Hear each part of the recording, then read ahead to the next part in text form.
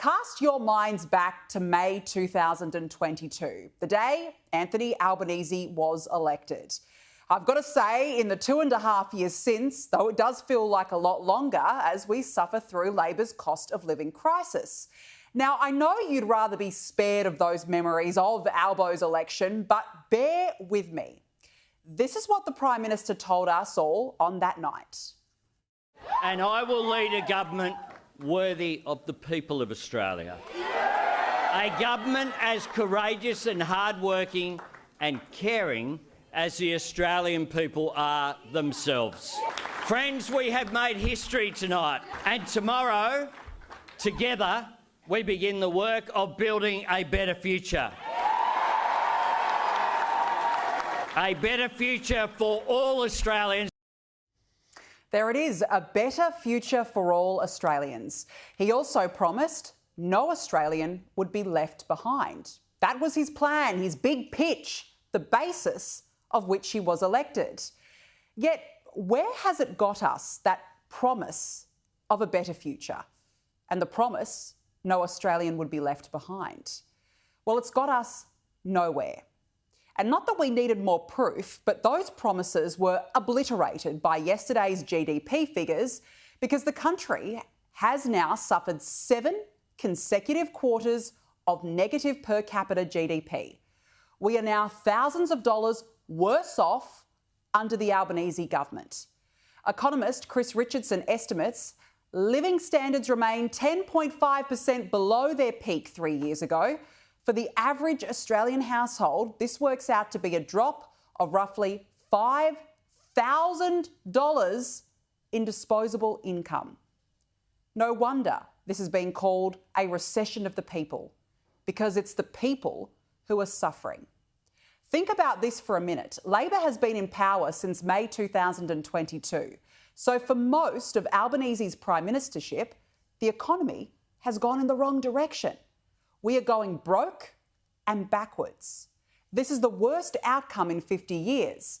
Not that it seems to worry the Treasurer, because this was the best Jim Chalmers could offer up today when trying to explain those figures.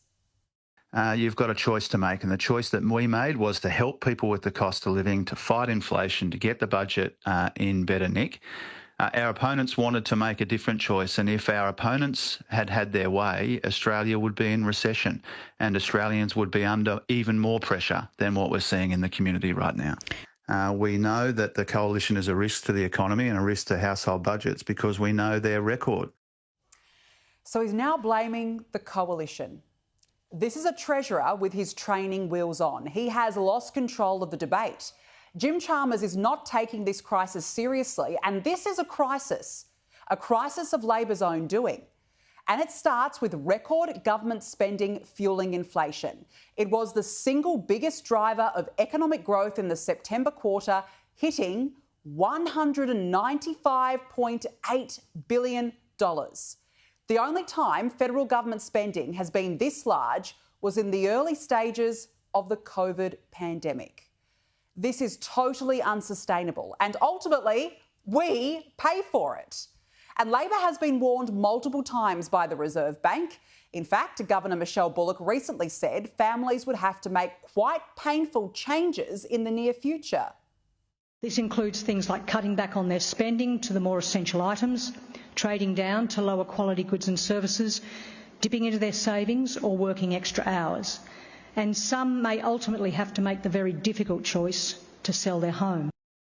It's frightening, yet here we are. And at the same time, big Australia keeps getting bigger. Under the failed Andrew Giles experiment in the immigration portfolio, a record 1.15 million migrants came to this country. It is sheer and utter madness to have allowed this many people into the country in the middle of a housing crisis while rents are soaring, roads are congested, and homelessness has risen. This has been a completely irresponsible immigration policy from the very start. The only explanation is a Ponzi scheme economy shielding us from the real economic truth. It's lazy politics. Not to mention, big Australia works in Labor's favour when it comes to votes, prompting Peter Dutton to liken Labor to the Whitlam era. And let's be very clear, this period is akin to the Whitlam era. where the Labor Party near destroyed the economy. And the economy is being damaged at the moment by the Labor Party, and that's why costs for every product are going through the roof. Yeah, and it continues to get worse because household bills, as we know, are being tested, homeowners are being crippled by mortgages, and at the same time, power prices are still going up. That's if the lights can even stay on under Labor's renewables fantasy. Last week in New South Wales, we were told not to use household appliances between 3 p.m. and 8 p.m. to ease pressure on the grid and avoid blackouts. And summer hadn't even started yet. And Chris Bowen, as we know, blamed it on coal, the very resource he wants to get rid of.